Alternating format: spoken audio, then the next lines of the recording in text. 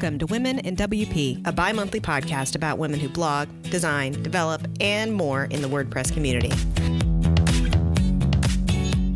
Hi, Women in WP listeners. This is Angela with a quick message from our sponsor, WP Remote. WP Remote is a dedicated care plan platform that can help fuel your agency's growth with maintenance care plans for your clients' websites. WP Remote provides an automated workflow for you to manage multiple sites from a central dashboard with one-click updates, incremental backups, automated malware scans, firewall, uptime monitor, and more. WP Remote is created by the same great folks behind BlogVault, Malcare, and Migrate Guru. Save time, increase your revenue, and make your clients happy by trying WP Remote for free today at wpremote.com/women in WP. And now on with the show. Hi, welcome to Women in WP. I'm Angela Bowman. I'm Amy Masson. And I'm Tracy Epps. Our guest today is Jodie Riccelli. Jodie works for WebDevStudios, creating business opportunities for the agency. She was also on the organizing team for the first two WordCamp US events in Philadelphia. Welcome, Jodie. Thank you. I'm very excited to be here. Thanks for having me. If you've listened to the show, you will know that we like to start off each episode asking our guests how they got into WordPress. How did you get started? It's a very funny story. So my background is actually in music. That's the world that I came from. So I studied music for about 20 years and played various instruments, sang, really loved it, but realized that I didn't necessarily want to follow that path as my career. But one day I was bored and I decided that I was going to sing again. So I got in touch with this record agency out here near Philadelphia, and they needed some backup work done on some tracks. I thought, this is cool, I'll go do that. So I went to the studio and met the manager of the studio. Fast forward like 15 years later, we dated, married, and got divorced. But when we were working together at that studio, I was talking to all of these artists that were coming in and out, and they were so dependent on MySpace as their form of marketing and management for their online presence. And I just kept thinking, someday MySpace is going to go away. This was in the heat of MySpace, like when it was like the biggest thing for artists and musicians. So I had said to my then partner, we should think of a way to create websites for these artists. And he said, that's a great idea. And we started doing research. And I woke up one day and I came downstairs. All of these online tutorials for WordPress were downloaded onto my computer. He had downloaded a copy of GIMP for me to learn how to do design. And I spent 2 days learning about WordPress and how to make graphics. And then we started the first website for our artists that way. And that was my introduction into WordPress. That was 2005. So that was a very long time ago. Yeah, it was crazy. I love GIMP. That takes me way back. I am going to say I am not a designer and I am not a developer, and I would never put myself in one of those categories. I have since looked back on a lot of the flyers and graphics that I created, and I literally went through every effect on every font and used it. It just like drop shadow, stroke, like make it as big as possible. They're terrible. They're really bad. I got an art degree. I was in graphic design. And when I got like Photoshop, like 4.5 or whatever it was, I don't know. And I was like, oh, look, bevel. Like, yeah, we've all gone through that. Oh, the drop shadow. That was my favorite. Everything had a drop shadow. Needed to have a drop shadow. How else would it stand out from the really gaudy background on the flyer that I was creating? Especially when the animated, like, or if it was a website and the animated background. It was a tiled animated background, so you needed some. Or the blink tag, that was kind of my favorite thing back in HTML days, was blink. I learned HTML and CSS by trying to edit my MySpace page. I mean, that's really where I got my introduction to all of that, which is great. I mean, I met my partner on MySpace. I got my career in WordPress in MySpace. I learned my first coding on MySpace, which is crazy, right? And now it's evolved into a career for me that I truly love. So I feel very lucky. But that's how it started. It was just kind of like a fluke thing. That's so funny because I remember you could hack WordPress. Yes. Or I mean, not WordPress. You could hack the MySpace to like make it designed, Oh gosh. Yeah. I wonder how many people learned from that, because that was the big thing. Cause then you were like, it was like, oh, like it was like like a badge of honor. Like, did you see Really was. People were making careers out of creating pieces of code that you can add to your MySpace page to alter it, to get things floating down or scrolling marquees or whatever it is that you wanted at that point. And you're probably right, because, I think back to when I was a freshman in college. I'm totally dating myself right now, but for the purposes of this conversation, it's important. And when I was a freshman at college, I remember walking into one of my communication classes, freshman year, the professor saying to us, "Have you all heard about this thing called the World Wide Web?" And we all said no. Isn't that like what the military uses to move files from like one place to another? We had no idea what it was. And I think about that all the time. When I was in college, this career path that I chose did not exist. When I was using MySpace, I was being introduced to what would become my livelihood, and I really didn't know it at the time. So I think we're part of this generation that was in between this really big shift in career paths that we could potentially take. And so what we learned in college, all of those skills that we learned in school, in high school, in grade school, we're learning to apply to this new trajectory of career paths, but it certainly wasn't an option. I took typing classes on a typewriter.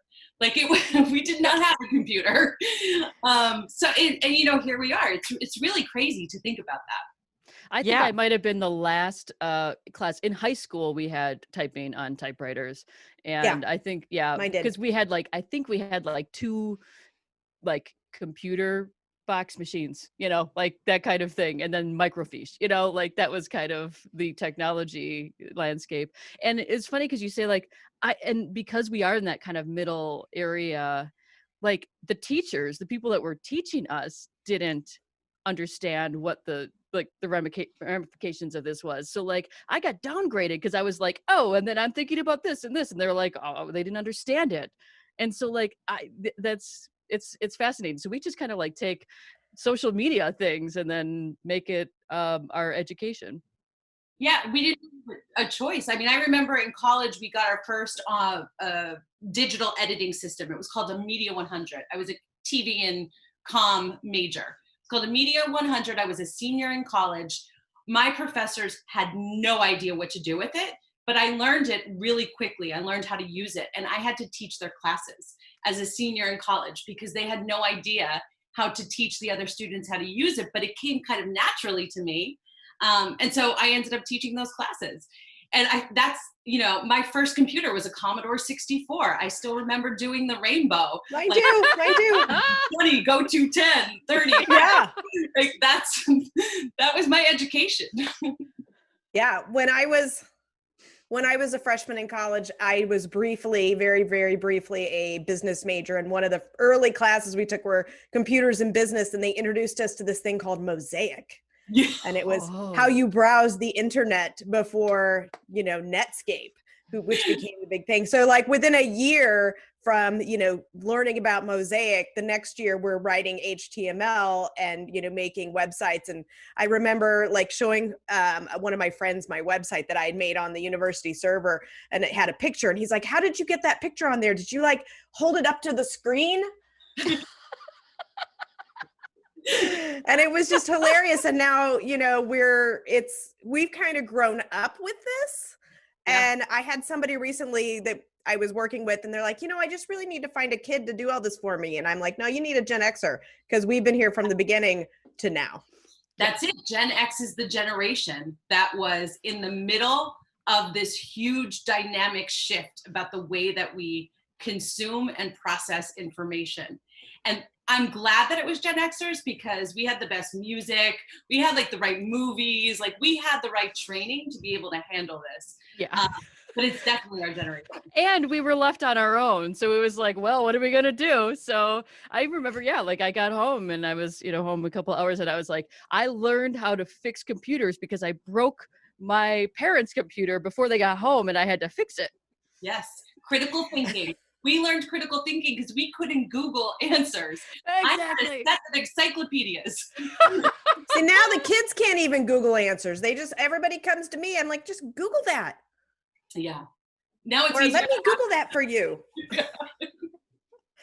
That's what I do all day. Google stuff for people. It's your official job title. Yeah. Official Googler. I need a name tag for that. Yes. I have Google Foo too. I love it. And so you have this background, like then did you become more techy, more markety, more artsy? Like where did you go with that? So I was always, like I said, in music and very artsy. I traveled with Up With People for a year. I don't know if you're familiar with them. It's an international student organization. So right after college, I got on a bus with one suitcase and traveled the entire country doing musical performances, and that was great.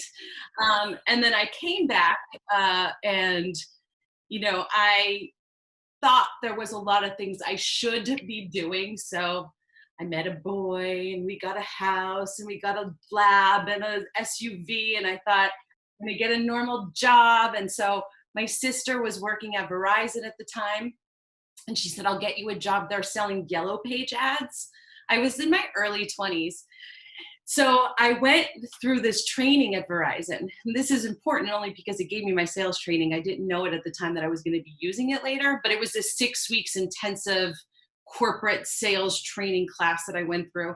And I was there for about a year and a half selling Yellow Page ads, and just with a manager that would walk up and down the aisle going, smile and dial, 100 cold calls a day. It was brutal. It was brutal. And then all of a sudden, online directories like Yellow Page directories started to pop up. And so now I had to sell internet listings to a generation of business owners that had absolutely no idea what it was, what its importance was, and why they needed it, because they are just so used to picking up the phone book. This is when I started to really not like the job anymore. And so I gracefully exited from that position because it just wasn't for me. I also gracefully exited from that relationship, the SUV, the house, and all that whole life. And I ran back to Center City, Philadelphia, and I got a job as a bartender. And I bartended 3 nights a week, and on the weekends I would go down the shore and spend it on the beach, and it was exactly what I needed in my 20s. Eventually, though, I needed to kind of get back into the world. And so I did the music thing with somebody for a very long time. And then right around 2009, 2010, the music industry took a huge shift too, because music then was available online in a way that it had not been before. And unless you could really adapt to creating other streams of income with the music industry, you weren't going to make it from record sales anymore. And I didn't want to adapt. It wasn't that I didn't like it. It just, it wasn't going to be for me either. So I had all these new skills now, these new online skills, WordPress skills, and I had this sales training, and I saw this job opening for a sales account manager for a digital agency that did WordPress. And I thought, this kind of takes everything that I've been doing for my whole life and puts it into one cohesive, really neat package. I'm gonna apply for it. I'd never done it before, but I'm gonna apply for it. So I went for the interview, and it was at Yikes, which is a digital agency here in Philadelphia. And I met with Tracy and Mia, who are the owners of that wonderful agency. And I just loved them, and I loved the business, and the interview just went well. And like pure luck, they offered me the position, and I worked for them for 5 years. So, I mean, in relation to this podcast, these are the first 2 women that I really encountered within the WordPress community. And I could not be more grateful, because they were 2 of the best mentors that I could have possibly have had. And so I've also been very fortunate that the people that I have worked for or encountered within the WordPress community, the majority have really been powerful, successful women who have really just reached out their hand and like pulled me through. They were the first 2. And I loved working there for 5 years. And then it was time for a bit of a change. And so I came to WebDevStudios after Yikes. I've been here for 4 years now. So it's almost 10 years in total that I've been doing sales and or business development for WordPress websites. So yeah, but that, I mean, and at WebDev, I have Lisa Sabin-Wilson. She's our COO, the author of the WordPress for Dummies books, which is always behind me. She's been my mentor here in so many ways. I mean, I've been so fortunate that I really have been able, I've worked for 2 brilliant agencies, you know, for a good amount of time. And I've always loved this job. For me, meeting the clients that I get to meet is just really the most exciting part of everything that I do. Yeah, all of those women are just amazing. We need to have. I should talk to Lisa. We need to get Lisa on here. We need to get Tracy on here, the other Tracy, because some people still confuse me and Tracy because we're, you know, both gay. We have short hair, dark hair, and we do WordPress. Like, I mean, it's really interesting. I was like, no, there's 2 different Tracys in. But does she wear a bow tie? No, but she does wear a regular tie sometimes. Yeah, so that should be, you know. There you I don't go. know. There you go. So at the first WordCamp, were there gloves that said Yikes on them?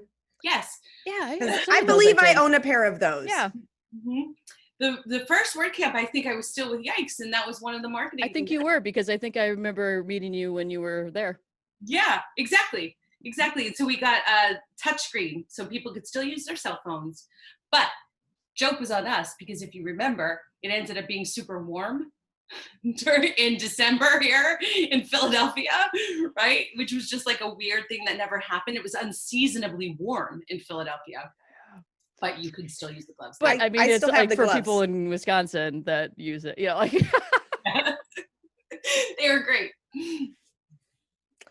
Awesome. So what, now that you're at WebDev, I mean, what are some of the kind of things that you're doing there as your WordPress role? Yeah, so my official title is Director of Business Development.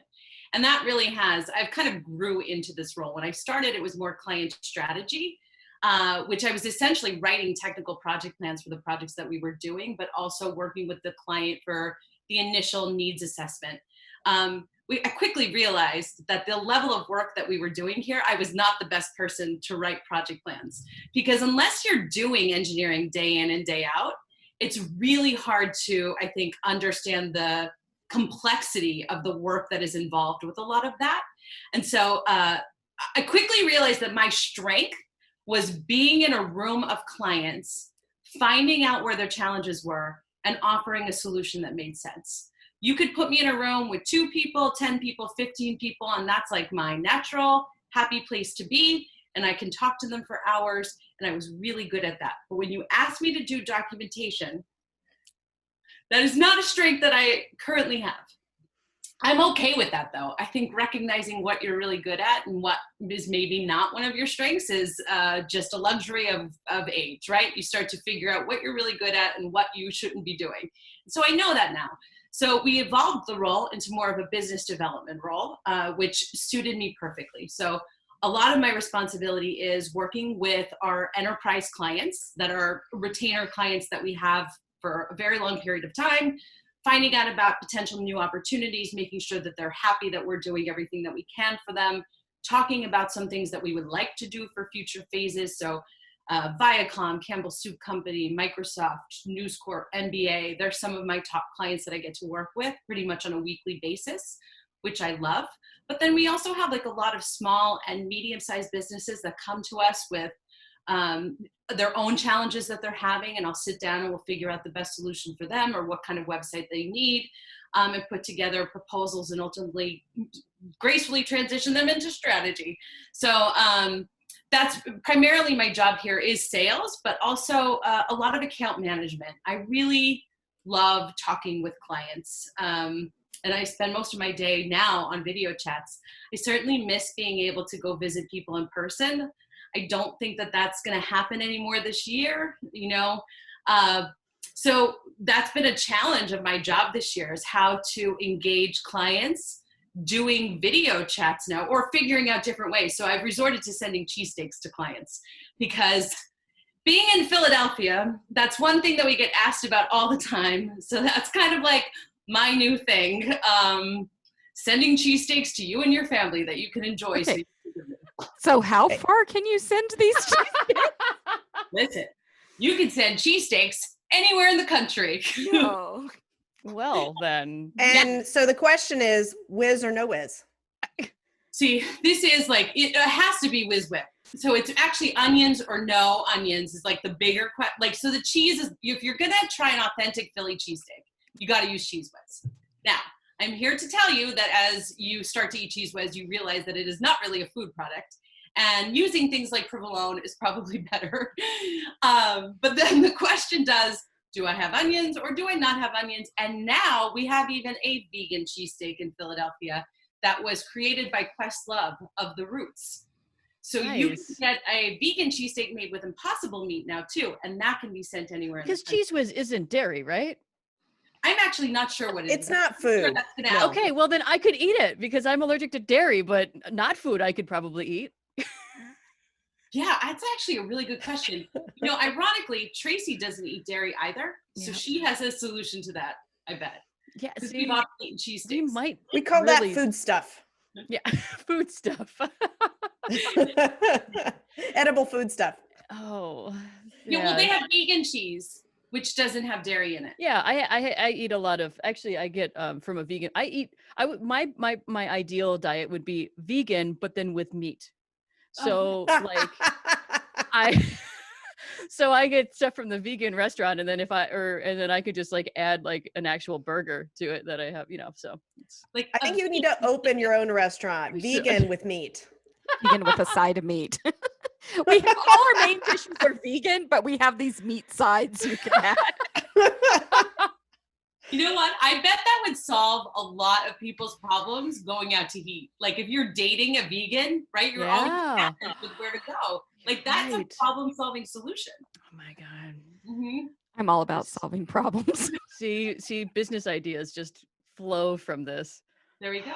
Thank you. That's great. You're welcome. So with all of your music background, do you get to use that at all now? Not as much as I would like to. I will say though, I've been trying to keep my brain active during our this year that 2020 has shaped up to be. So I did go buy a guitar. That was the one instrument I didn't play. And I was convinced I was going to teach myself how to play it this year. I'm still working on that. It's very hard. It's very difficult. I was a piano player trying to kind of convert all like 20 years of piano lessons into playing the guitar has been a bit of a challenge, but I do have that. And I am starting to kind of use that again. Although I think I found that so many people in the WordPress community have music backgrounds. So many people have musical ability or musical talent. And I really attributed that to the way that you process music is the same way that you process writing code. To me, writing code is an art form, just like playing music. I know it's more like on the technical side of things. I understand that, but there really is an art and a skill that is associated with it. And so I think that it's very closely related to music. You're reading something and you're transitioning it into another form. And with code, it's very much the same thing. You're taking it from one form and moving it into another form. So it doesn't surprise me that so many people have musical knowledge or backgrounds or ability within the WordPress community. Everybody's so talented in this WordPress community. They all have, like, they're either into art of some kind or, you know, doing crafts like knitting or crocheting, or they're musicians or something. Everybody has these really amazing skills. And what I think is really cool about it is that everybody will talk about them too and kind of share. Like, yes, I do WordPress. Yes, I might code or design or whatever, but look at like this whole other life I have. And we kind of embrace one another through those similarities, which has been really fascinating to see. Yeah, you're right. I've seen a lot of people. Oh, yeah. Also, I play drums. So does Tracy. So like that's the other. Are you sure you're not the same person? And you know what? I question it sometimes, but we do have a photo of both of us together, so we are two people. But like, I think what would be really great, like having, because there are so many people that are very musically, you know, like we could just do WordPress bands, because I want to play more music, and we can do this because we all are in technology too. So we would probably be able to adapt to kind of a virtual setting. I'm just saying. Just saying. I have an idea for the next time we can do WordCamp US in person, which is like, 2027, is that we have a battle of the WordPress bands. I love that. Look at Tracy light up. It would be so awesome. We were speaking with Milena Kap in Serbia, and she's a developer there, and she is a very, very, very accomplished violinist, right? See? Like, I mean, just like high, like way up there.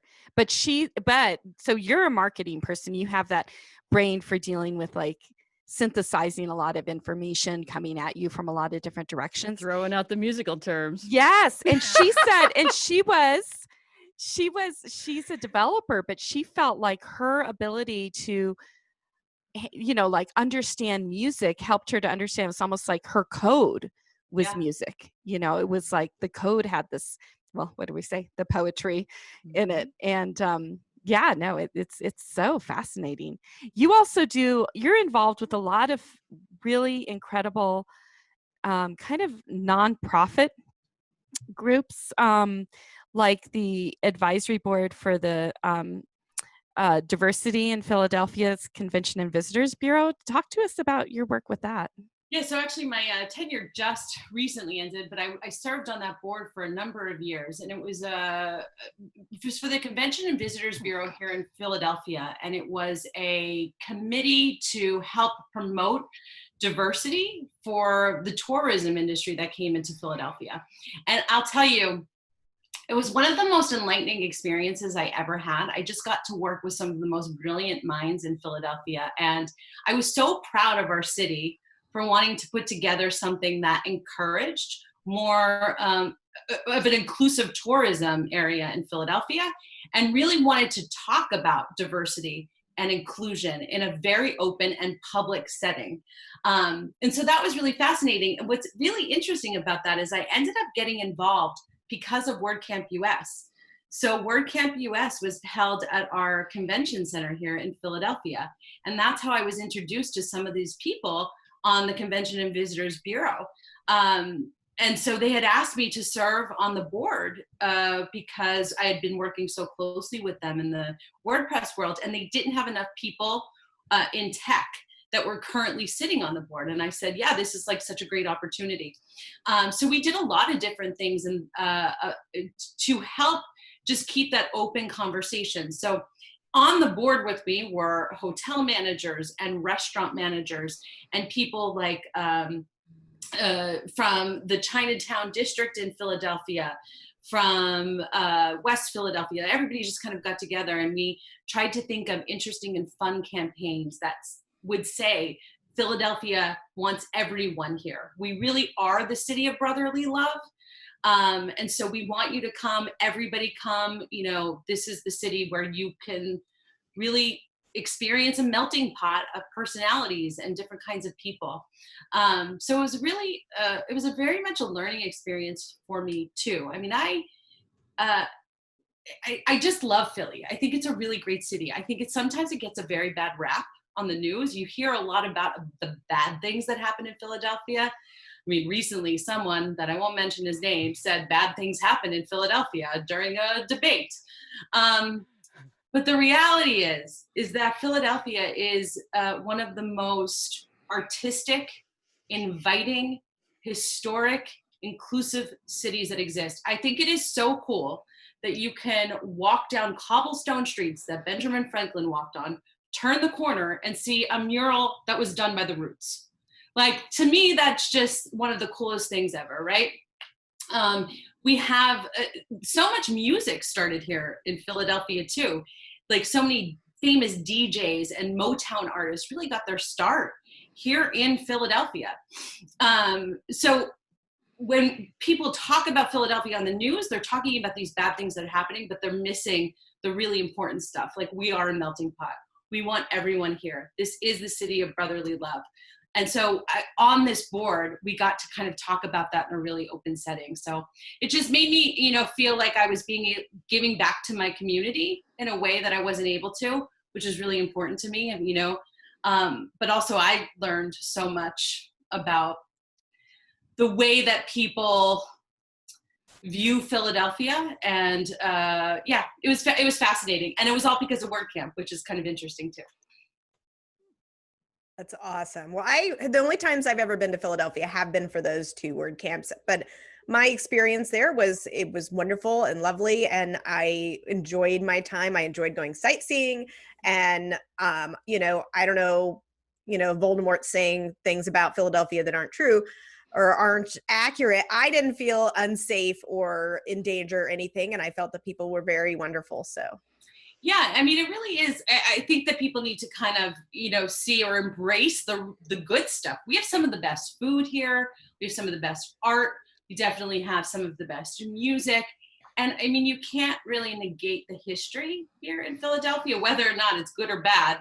A lot happened here in this city. And that, you know, that's just, I find it very fascinating. I learn something or see something new every day in Philadelphia. And that, you know, that got me, it gave me an opportunity to learn too about what inclusion really means. And I'm not sure I can even fully define or understand it yet, but it certainly put me in a position to understand it more. Like, what does it mean to be inclusive? Like, what does diversity actually look like? And how can we best represent that in the city? So there were some really important lessons learned there.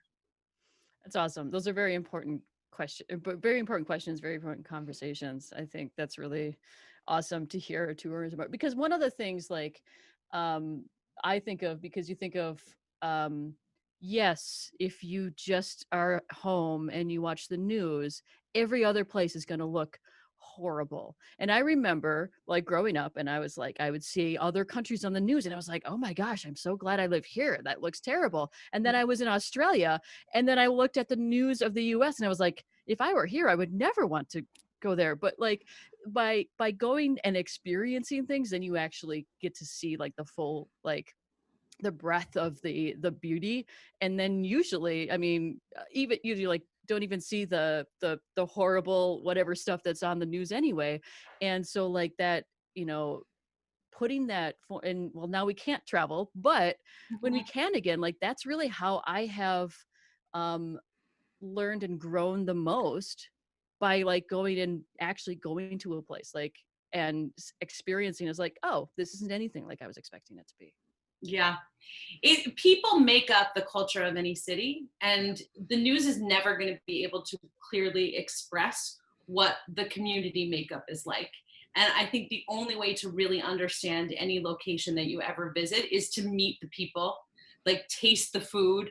It's a very tangible experience that you need to have to fully appreciate it.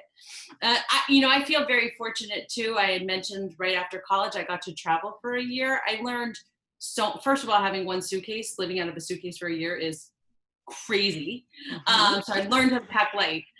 But also, I traveled the country on planes and buses, and I got to stay with host families in these individual cities. I mean, I was integrated into these communities in a really strong way.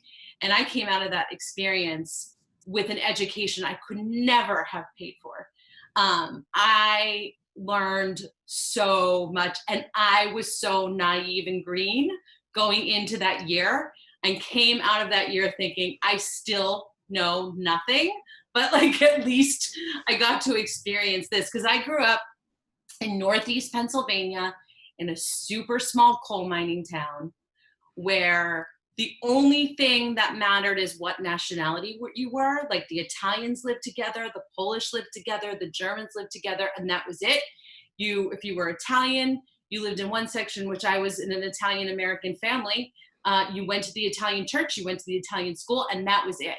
And so my whole existence up until I left, even though we went on vacations and stuff, but until I left and got to live somewhere else, I thought that was normal. That was diversity. And then I turned 18 and realized that I was like, come out.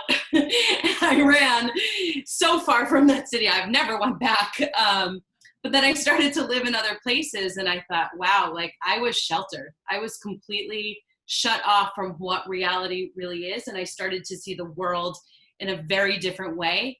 And I think, sometimes the universe has a plan for you. And I think the universe really pushed me into traveling because I needed that, or I wasn't going to be able to, I think, effectively live my life the way that I wanted to. So I think I was pushed to do that at a young age so that I could come out of that experience realizing there was so much to experience and so much to learn, and really wanting to embrace that my entire life. And so I feel very fortunate in that respect too. And I'm very much a believer that if you are open to it, experiences will surface, and you should take advantage of them, because you know, some exciting things could really happen. Like I think about this all the time. I mean, why did I travel for a year? Why did I answer that ad for Yikes? Or, you know, why did I choose to learn WordPress, and how that all kind of contributed to leading me here right now. And that's, I mean, it's kind of a nice feeling to have, knowing that you can be guided into really amazing experiences if you allow yourself to be. Oh, so true. It's funny I because really miss traveling. I know. And I think I like what you're saying, because I traveled for a year after I graduated from college, and in host homes. I think everyone needs to do that, because I think we're all a little bit sheltered in our own little culture. So whatever it is. And yeah, like some of the lessons I learned, like you can't read that in a book. No, you can't. You can't. Oh, I agree with you. If I had any advice to anyone coming up, like young folks that are in high school right now or debating whether or not to go to college, you know, I think that's a very personal decision for somebody. But the only thing I will say is that I think everybody should travel as much as possible, and everybody should do an internship. Those are like the two biggest pieces of advice that I would give anybody kind of trying to figure out their future plans. Like, you don't need to have any answers, but do those two things and the answers will come to you. That's just very much how I feel. yeah. Yeah, I agree. I love travel and I miss it so much. And I remember as soon as I had kids, one of the big things that I felt really strongly about is that I want to travel with them, and I want to travel internationally with them. And when we first started planning our first big like international trip, like outside of, you know, like the Caribbean, which I know is technically not in the US, but it's the same. And we were planning to go to Italy, and one of my friends who had never been out of the US and, you know, kind of lived in the Midwest all her life, she's like, is that safe? Mm-hmm. And I'm like, yeah, I think pretty sure it's totally safe. Yeah. You just do the best that you can, right? You don't put yourself in unnecessarily unsafe situations.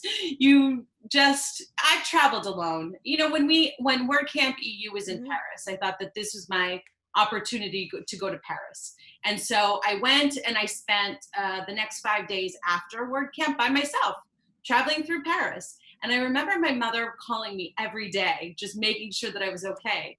And I didn't put myself in bad situations, but I think that feeling or that independence of being able to travel alone and experiencing things like that is really important. And by the way, I was married at the time too, and I still wanted to do it on my own.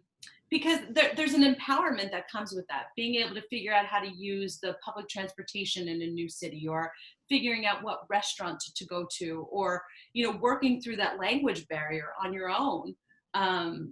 There's lots of lessons to be had there. And so I try to embrace those opportunities as much as possible. In college, I remember I went and took classes overseas. We went to Hungary, we went to Austria, Croatia, a bunch of places. And I remember I was in Croatia. This is actually one of my favorite stories to tell. I'll be telling it till I'm like 80. And we were out, and so we had a few beverages, and it was late at night, and I was very young. And so I heard these people shouting some profanities from across this grassy field. And so, like any true person in a B movie, what did I do? I like ran into the field, because that was what seemed logical at that moment. And I ended up getting chased by this group of Croatians, continuing to scream these profanities. And finally, I got out of this loop of being chased and like back to my friends into safety.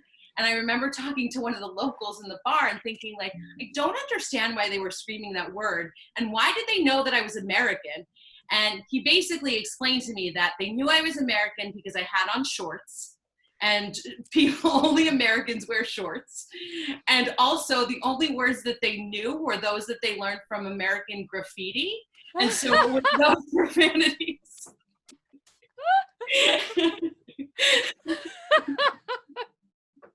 And I thought that was so interesting. Like it never occurred to me. That's when I learned that if you really want to stand out in Europe, wear shorts. Like everybody will know you're American. I'm not saying don't do it. I'm just saying it's a tell. And then also that people paid attention to American Graffiti in a way that I had not really understood, but it's an art form, so I get it.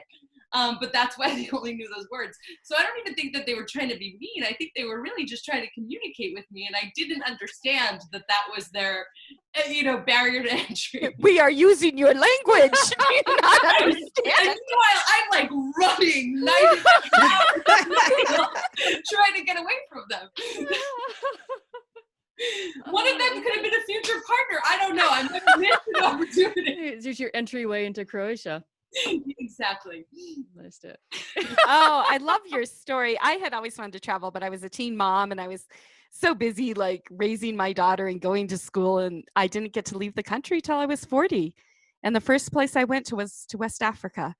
And I landed on this tarmac. I was supposed to be with friends. They missed their flight, and I'm just on my own in Accra. Like, oh, well, go big or go home, right? Go big or go home. That was the best experience of my life. So once I had that experience, it gave me the bug. It was like, oh, you just need to buy a plane ticket. That's what you have to do. And just land yourself someplace and then work it out as you go along. It doesn't work right now. Yeah. It doesn't work right now. I know, it's Exactly. so sad. But even just like without the, ability and privilege to be able to travel, like just putting yourself outside in your comfort zone, like that alone, because like that's really what it is. It's like putting yourself out of your comfort zone, and you're like, I'm expecting this. And now all of a sudden you have to kind of take a step back and be quiet and listen and watch and learn and be like, go into a situation where like, I am not the expert here. I don't know the language or whatever it is. I think every kid needs to experience that. I mean, because it's one of those things, it's just so life-changing. And then you realize the world is so much bigger, and you can find that down the street from your house. Even doing something as simple as volunteering in your community will expose you to so many different kinds of people within your own neighborhood, that in and of itself could be very eye-opening and a learning experience. And the plus side of that is also you're giving back, and I believe that always comes back tenfold to you. So if you can humble yourself and donate time to something, it's huge. It's just such a huge thing. Here in Philadelphia, well, we can't do it now because of the pandemic, but my number one main thing to get involved with is animals. I have 2 dogs, Frankie and Aria. They're both rescues. They are the love of my life. I grew up with animals. We always had animals. I was always saving animals. So here in Philly, I walk the dogs at the animal shelter because they need to, get out and see other people. And I think that's such an easy thing. If you are in a community that has an animal shelter, you could go play with animals. And even that is going to teach you about empathy in a way that you're not going to be able to learn in a classroom. Because I definitely believe animals can teach us a whole lot. Oh, yeah. So I encourage anybody to get involved with anything that they can within their community. And especially now, this year, just feeling so chaotic and off kilter, I think it can help with mental health sometimes, even to be able to give back to something that you truly believe in, to just kind of center yourself for a minute. I mean, clearly I am not an introvert. And so this pandemic has been very challenging for me to be, inside, right? And not being able to experience people in person as much as possible. So I've had to be very creative in ways that have kept me sane throughout this year. Music, obviously, trying to pick up music again, paying attention to the animals as much as possible. I am embarrassed to say this, but I have 130 houseplants that I take care of in my house. Love it. Because that is like, for me, one of the best mental health exercises ever. And in the summer, I had like my container garden outside growing things. So I've had to be very creative in ways to keep sane. So you live in a jungle. I love I it. do. I live in a jungle. It's a 130. very Oh my small goodness. South Philly row home. It's like 980 square feet. It's tiny. You have So- lots of oxygen.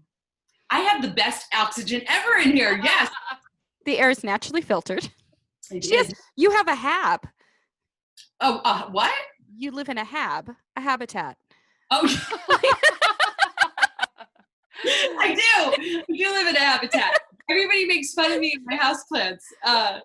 Actually, there was just an article in the Philadelphia Inquirer about people using plants as therapy during the pandemic. And they have a picture of one of my plant shelves and my 2 dogs in front of me. Oh my goodness. I am not good with plants that grow in pots. So this summer, for the first time, I bought a hibiscus in a pot and had it on my patio. So I've just brought it in and I'm going to try to keep it alive for the winter. Yes. But I doubt my abilities to make that happen. You got this. You can do it. This is the #1 secret with plants. I'm going to share it with everyone in case anybody is interested in plants. This is the #1 tip. This is all you will ever need to know. You stick your finger in the soil. If your finger 2 inches, if it comes out and there's dirt on it, don't water it. If it comes out clear, water it. That's it. And if you don't want to use All right. your finger, use a chopstick. If there's dirt on it, it doesn't need water. If there's no dirt, it needs to be watered. Oh my gosh. That is an amazing tip. That's my tip.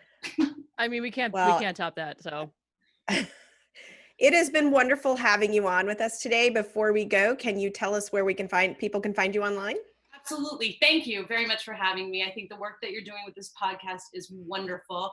And it's really exciting to see all these amazing and fabulous people and hear their stories. So on behalf of the community, we appreciate the level of effort you're putting into this because I know it's a lot. And anybody, Twitter's the best place to for immediate contact. It's just my name at Jodie_Riccelli. It's that on Twitter and also on Instagram. Feel free to reach out, start a conversation. I'm happy to chat with anyone. Awesome. Well, thanks for being here. Thank you so much. Thank you. Thank you for listening. Want to be on the show? Sign up on our website, womenandwp.com. Be sure to follow us on Instagram and Twitter and join our Facebook group. Subscribe so you never miss an episode. You can find us on Spotify, Stitcher, Google Play, and iTunes.